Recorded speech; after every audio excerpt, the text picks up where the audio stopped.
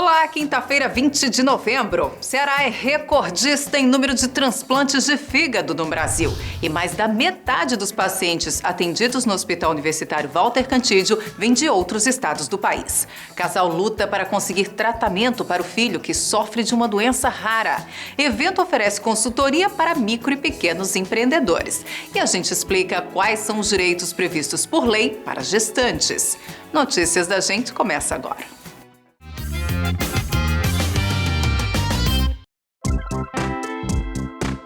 Aqui se faz. O que você acha de trabalhar em casa e ainda por cima realizando um grande sonho de infância?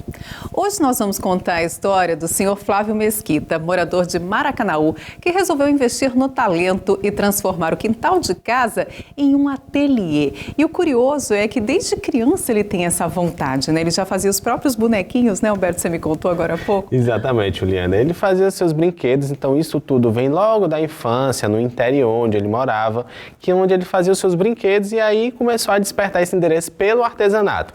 Porém, teve um hiato, teve uma parada e foi quando ele buscou outras profissões, mas quando se aposentou, voltou para o artesanato, realizando esse grande sonho de viver do artesanato. E as peças deles são muito bonitas. Eu fiquei super curiosa, aquele relógio que ele desenvolve, porque é lindo, é muito bonito mesmo. Você vê que tem um bom acabamento, né? Perfeito.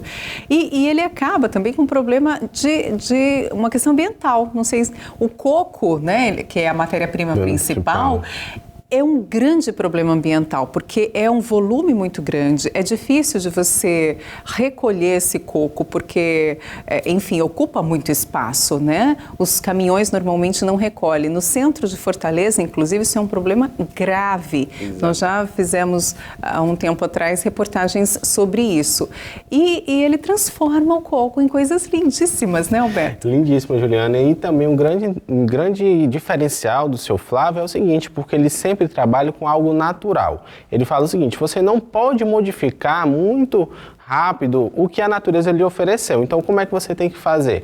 Ele não trabalha com verniz, por exemplo. Muitos artesãos trabalham com verniz. Ele não, trabalha com a cera da carnaúba, onde ele dá o polimento, o brilho das peças dele através da cera da carnaúba. Então, isso tudo favorece e amplia aquela questão, aquele impacto.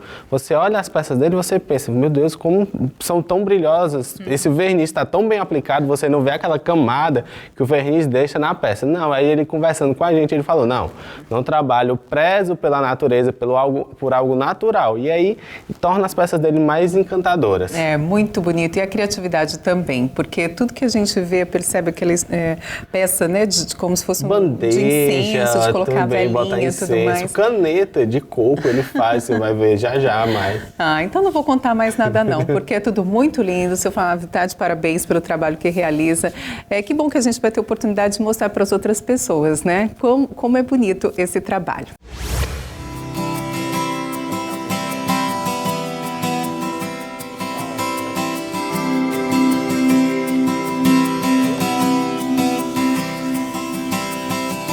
Durante a infância, fabricava os próprios brinquedos. Na fase adulta, se afastou um pouco do artesanato. Hoje, aos 78 anos de idade e aposentado, o senhor Flávio Mesquita se dedica ao grande amor pela arte natural. A matéria-prima escolhida é o coco. Quem observa o coqueiro acredita que só tem duas utilidades: beber a água ou comer a carne. Mas o cearense ele foi muito mais além. Ele pegou um coco e investiu. Investiu em quê? No saber, em botar o artesanato que estava dentro de si para fora. E ele vai nos contar um pouco mais sobre essa arte. Então, vou entrevistar agora o seu Flávio Mesquita. Onde é que o senhor tira tanta inspiração? É do dia a dia, da sua infância? A minha infância foi onde eu nasci, né? Eu nasci no interior e no interior tinha essas coisas, se usava muito coco. Fazia a concha, a colher de pau, a coisa de mexer, qualquer coisa com coco. Chegava na casinha, tomava o café na quenga do coco e aquilo ficou sempre em minha mente. E eu continuo trabalhando com coco em direção das minhas raízes, das minhas coisas. Agora sim, seu Flávio, o senhor estava me contando, e um dos grandes diferenciais de seu Flávio é porque ele não utiliza o que é muito comum hoje no artesanato, que é o verniz. O senhor não utiliza, porque assim, ó, te vê, para dar esse brilho aqui, é apenas a cera da carnaúba. Natural. Por que o senhor aderiu a um artesanato natural 100%, seu Flávio? Porque o artesanato é como a poesia, ele tem que ser puro, né?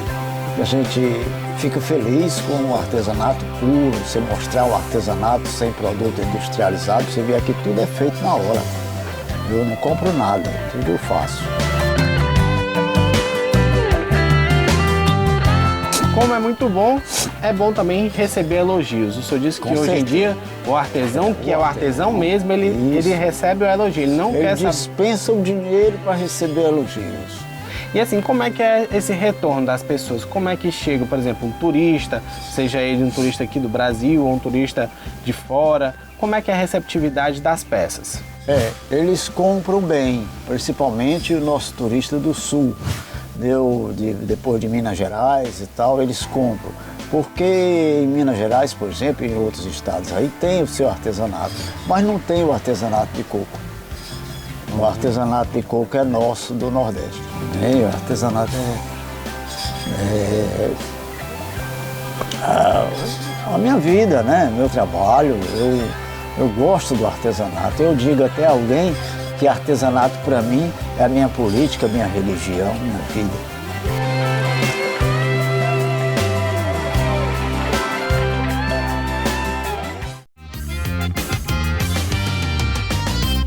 Um casal de cearenses tem lutado de todas as formas para conseguir tratamento para o filho, que ainda vai completar 1 aninho. O Wallace tem a doença de Coast, uma patologia rara que provoca cegueira. Eles precisam viajar para Minas Gerais, onde existe tratamento especializado na doença, que por sinal é muito caro, mas você pode ajudar.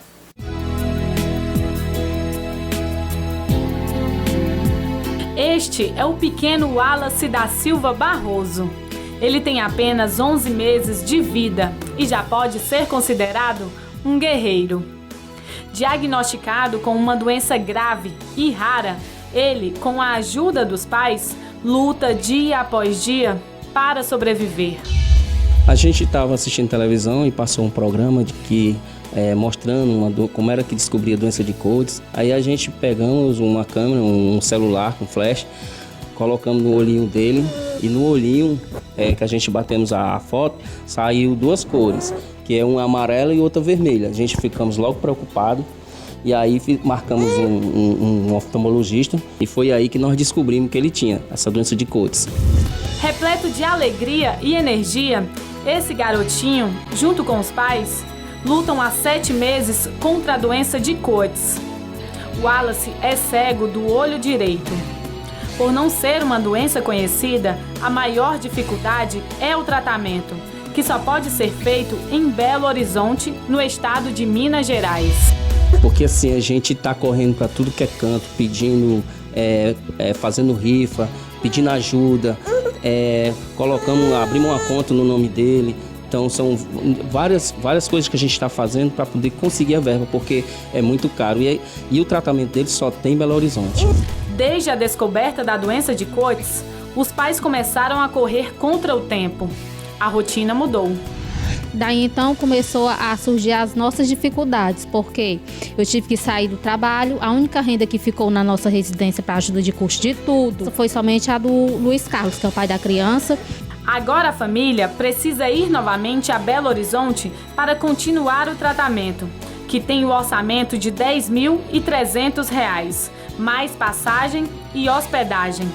E a gente, assim, pede ajuda, contribuições de todas as formas para que as pessoas possam nos ajudar. Porque está sendo dificultoso, tá, mas é algo que a gente tem que correr atrás. Peço a vocês, mães, que têm filhos, não importa a idade, que vocês observem, tomem mais cuidado, sejam curiosos com tudo que está acontecendo com seu filho. Leve sempre seu filho periodicamente ao oftalmologista para que ele possa detectar algum tipo de problema. Para descobrir a doença, como a mãe de Wallace destacou, é necessário um pouco mais de atenção aos olhos das crianças. O oftalmologista Dácio Costa explica o que é a doença de Coates. A doença de Coates é uma doença que normalmente afeta crianças até os 3, 4 anos de idade e que ela decorre de uma espécie de um tumor, de uma má formação dos vasos sanguíneos da retina. A manifestação mais comum é como uma mancha branca dentro do olho. Existe um teste bastante simples chamado teste do olhinho. E aí, nesse teste, a gente detecta a doença de Coates e um outro tipo de doença que parece bastante com a doença de Coates, chamado retinoblastoma, que é um tipo de câncer que dá dentro do olho, que se a gente descobre no começo dá para tratar. Pode ser feito cirurgias, pode ser feita aplicação de remédio ou laser. O tratamento varia de acordo com o estágio da doença.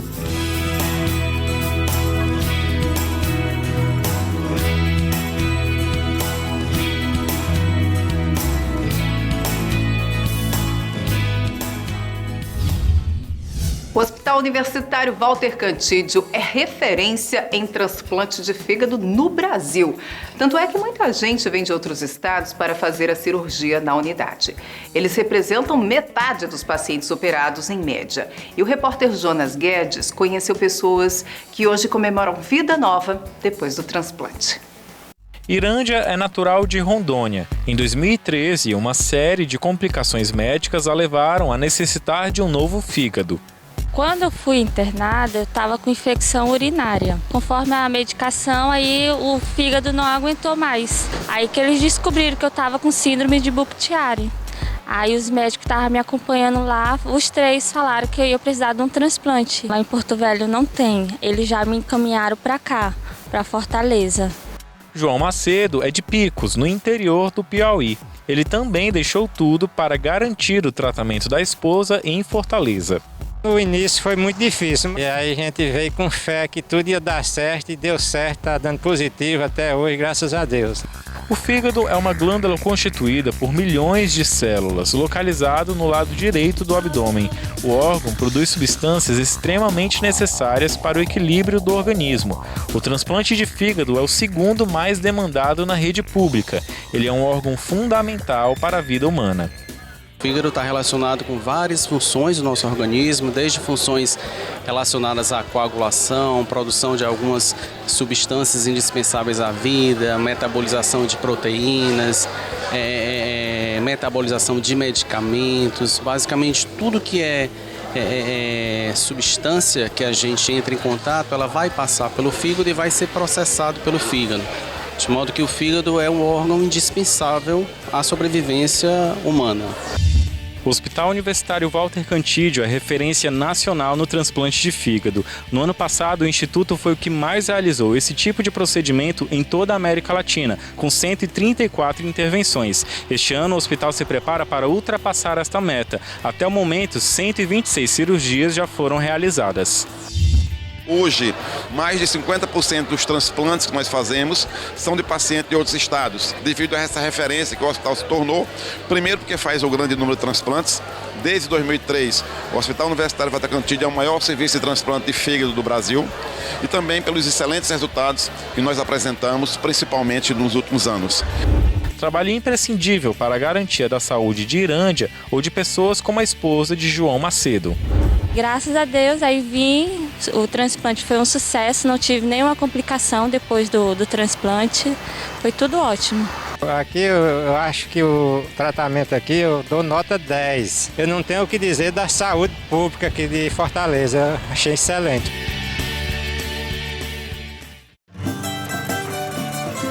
Aqui tem trabalho. Cursos, palestras e oficinas fizeram parte da programação de mais uma semana do empreendedorismo, realizada em Caucaia. O objetivo do evento é fortalecer micro e pequenas empresas, além dos empreendimentos de economia solidária. A repórter Renata Paiva tem outras informações.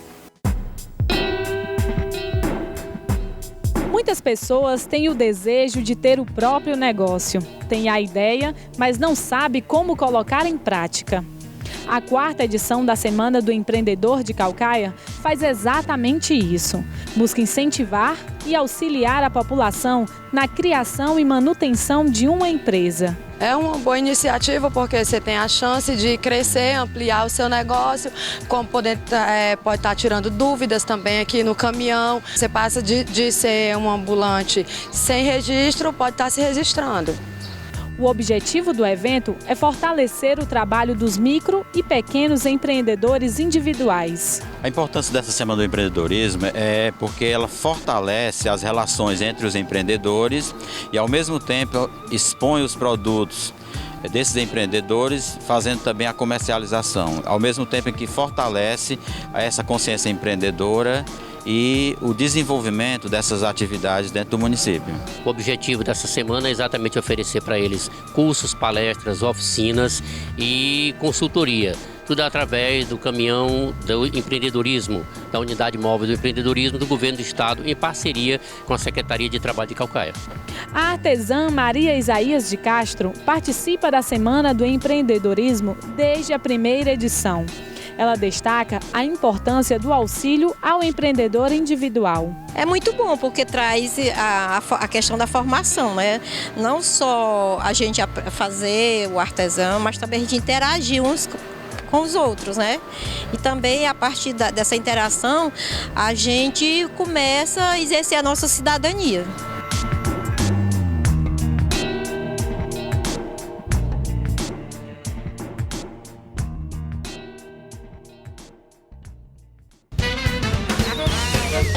É comédia, Mar! Rir é o melhor remédio. Parece frase feita daquelas pessoas mais otimistas, mas não é não. Existe até comprovação científica. O riso combate doenças e aumenta a imunidade do organismo. E de risada, o Marmita entende muito bem. Opa! Tudo bom? Eita, Juliana Castanha! Tá bombando o programa Notícias da gente. Eita, estamos aqui. É comédia, Mar. A piada de sogra. O cara tinha comprado um Fusquinha 68, aquele Fusquinha, mas todo ajeitadinho. Aí, pra inaugurar o Fusca, a mulher insistiu. Olha, só vou andar no Fusca se mamãe for também. O cara já puto, porque o Fusquinha já 68, já meio baqueado. A sogra dele pesava 189 quilos. Pensa numa véia pesada, dessa grossura. O braço dela dava duas pernas minhas. Só o braço, só isso aqui dela pesava 50 quilos. Ele puto, que tinha que levar a sogra pra passear também no Fusca, disse ao jeito. Colocou a mulher no banco de trás, botou a véia na frente. A véia se deitou no banco, botou logo o bastão pra fora, o braço. Aí começou. No caminho da viagem o cara desenvolveu a velocidade, ele sentiu um barulho. Ele parou o carro, desceu do carro, examinou, pensava que era um pneu que tinha estourado. Os pneus tudo direitinho, ele ligou o carro e saiu de novo. Aí quando ele tava com 80 quilômetros, ouviu de novo a zoada. Ele parou o carro, meu Deus do céu, o que será? Que barulho é esse? Abriu o motor, examinou, olhou direitinho, não era nada. Entrou no Fusca, ligou e saiu para 80, 90 e o barulho. Quando ele foi perceber o barulho, era a barbatana do braço da véia batendo na porta. Tchau, negada! É comédia, Mar! Por Dentro da Lei. O quadro Por Dentro da Lei de hoje vai falar sobre direitos das gestantes. A consolidação das leis do trabalho assegura às trabalhadoras grávidas, por exemplo, a decisão de pedir transferência de função quando existe necessidade, além da realização de exames, pausas para a amamentação e o direito à creche. Hoje o quadro Por Dentro da Lei vai tratar sobre o tema Direito das Grávidas. Você que está em casa, está gestante ou conhece alguém ou já passou por esse momento tão feliz, mas teve algumas dificuldades no seu trabalho, hoje o advogado Frederico Martins vai nos auxiliar em algumas dúvidas da população daqui de Caucaia. Frederico, para começar a nossa conversa, gostaria que você falasse um pouquinho para a gente como é que está, segundo a lei, a questão das grávidas. O que é assegurado para elas? Bom, Alberto, é importante você perguntar que muitas mulheres, muitas empregadas, engravidam, tendo o seu emprego e infelizmente não usufruem dos seus direitos completamente. Os dois principais direitos às empregadas grávidas são a licença maternidade de 120 dias, que dá 4 meses, né, que permite àquela grávida que ela tire uma licença para cuidar do seu recém-nascido. E também a estabilidade provisória, que durante 5 meses essa grávida ela não pode ser demitida daquele emprego. Então, Frederico, eu gostaria de lhe convidar agora para a gente ver a nossa primeira pergunta e dar continuidade no tema. Vamos ver. Devo falar que estou grávida em uma entrevista de emprego? Bom, não é obrigado, não existe lei que obrigue a grávida a informar no momento daquela entrevista de emprego, que ela está grávida. Porém, é de extrema boa-fé, de bom tom, que ela passe essa informação ao empregador. Quais os direitos de quem fica grávida em tempo de experiência? Bem, hoje, depois de várias decisões reiteradas do TST, o Tribunal Superior do Trabalho, a mulher que engravidar durante o seu contrato de trabalho, seja ele qual for, pode ser o indeterminado, que é o mais comum, ou por prazo determinado, contrato de experiência, ou até mesmo aquela que estiver cumprindo o aviso prévio. Essa mulher, engravidando, estando empregada com sua CTPE, sua carteira anotada, ela terá os mesmos direitos garantidos, principalmente licença maternidade e estabilidade dos 5 meses. Gestante tem o direito de se consultar no período de expediente?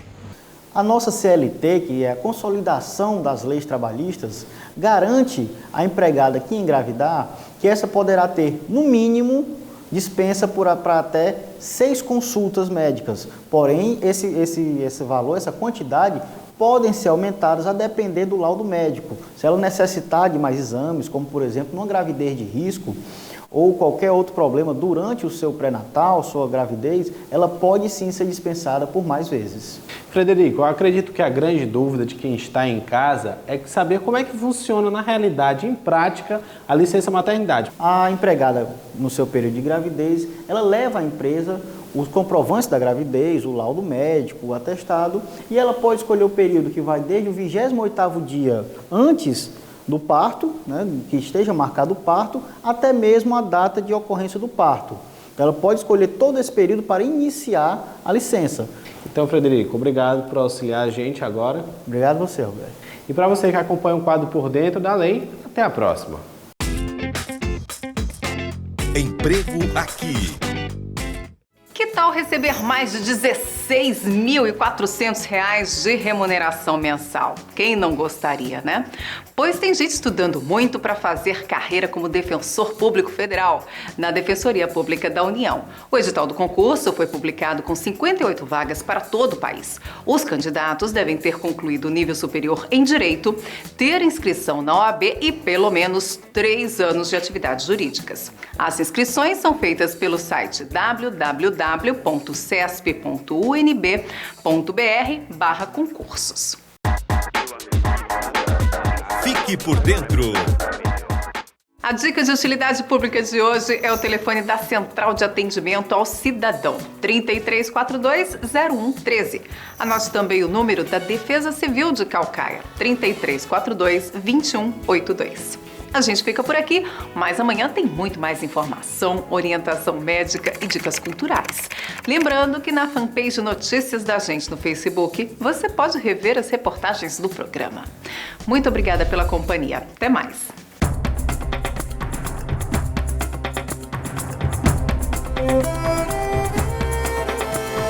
Terra queimada de fogo, vento que vem lá da praia, atiça a chama de novo, orgulho de um povo. Eu sou de Caucaia.